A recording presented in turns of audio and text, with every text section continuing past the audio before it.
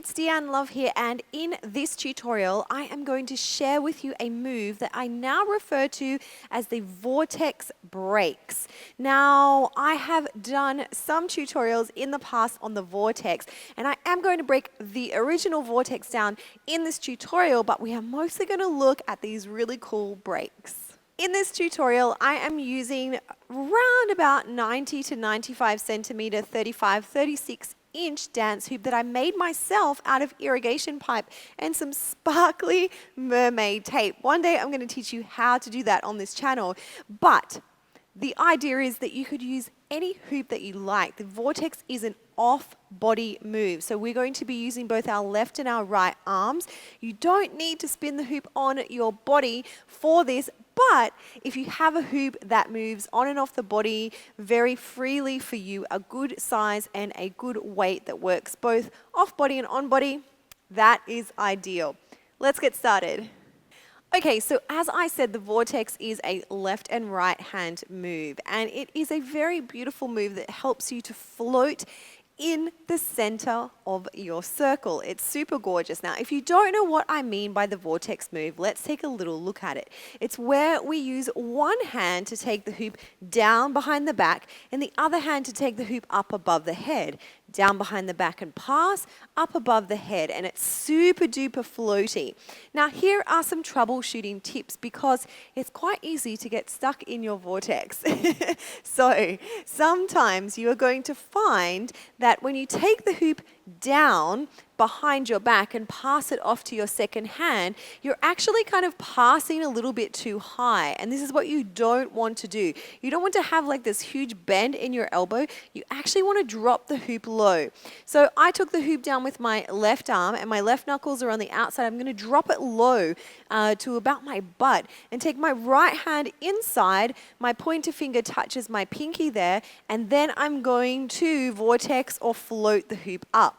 Now there's another little troubleshooting tip there. So drop it low, not here, not around about mid or lower back, because this is a really awkward spot. So you want to kind of drop it low so that you can get that next float, the momentum to take the hoop up.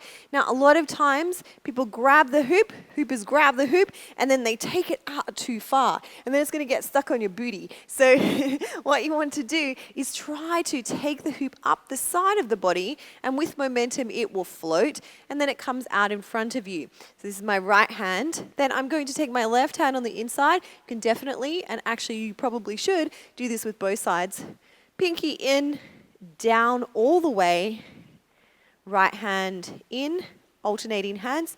Lift up and off. Change hands, down and on, up and off. Now you can do this standing still if you are feeling nice and strong, but if you really want to get the float and you don't get too dizzy, then you can start to turn in a circle and see if you can stay in the center. So remember, drop it low, lift it close to the body, and nice and high. But we want to work on the breaks. So we are going to take the hoop into the vortex flow, break it and bring it back up. Take the hoop into the vortex flow on the opposite side, break it and bring it back up. And here is how we do that. We're going to start with the hoop above our head and out in front, and your wrists will be facing towards you. So you can choose any side because it's actually a mirror. It's a symmetrical move where you will take the hoop and do the same action on both sides. So if you were going to start with your left hand, what would happen is the hoop is going to go out, going to look inside the hoop, your elbow goes in, your head goes in, you're taking your wrist down towards your hip or the back of your body, your butt, and when you get to about here, this is really hard to hold the hoop like this, so you don't have to do it in slow-mo. You're going to trace that path straight back up, and then you're going to do the same action on the opposite side. So twist the wrist away from you, the inner wrist away, but draw the elbow in, the head in, the body in, and then it's like a magnet. The inner wrist is going to go towards your booty somewhere, and then take it back up that path. Now, start to get a little bit more of a float down and up. Your hoop does not have to be flat. even in the vortex, because we know the theory that the hoop stays flat and pushes or fights against gravity when it's spinning fast, and you're not spinning your hoop fast. So it can float, but it doesn't have to be flat. So pinkies together, down and up to that first point, down, back up. So what you're doing here is the vortex move, but you break and take it back up. Go to vortex, instead of grabbing at the back and taking it up with the second hand, you retrace that path down, up, down, up. Now, other cool things, you can take the arm that's not doing anything out in front. You could take it down. You could really pull the hoop all the way around and touch the side of your hip, maybe give it a bounce. You could play with the position of your body. You could also turn one way and then the other.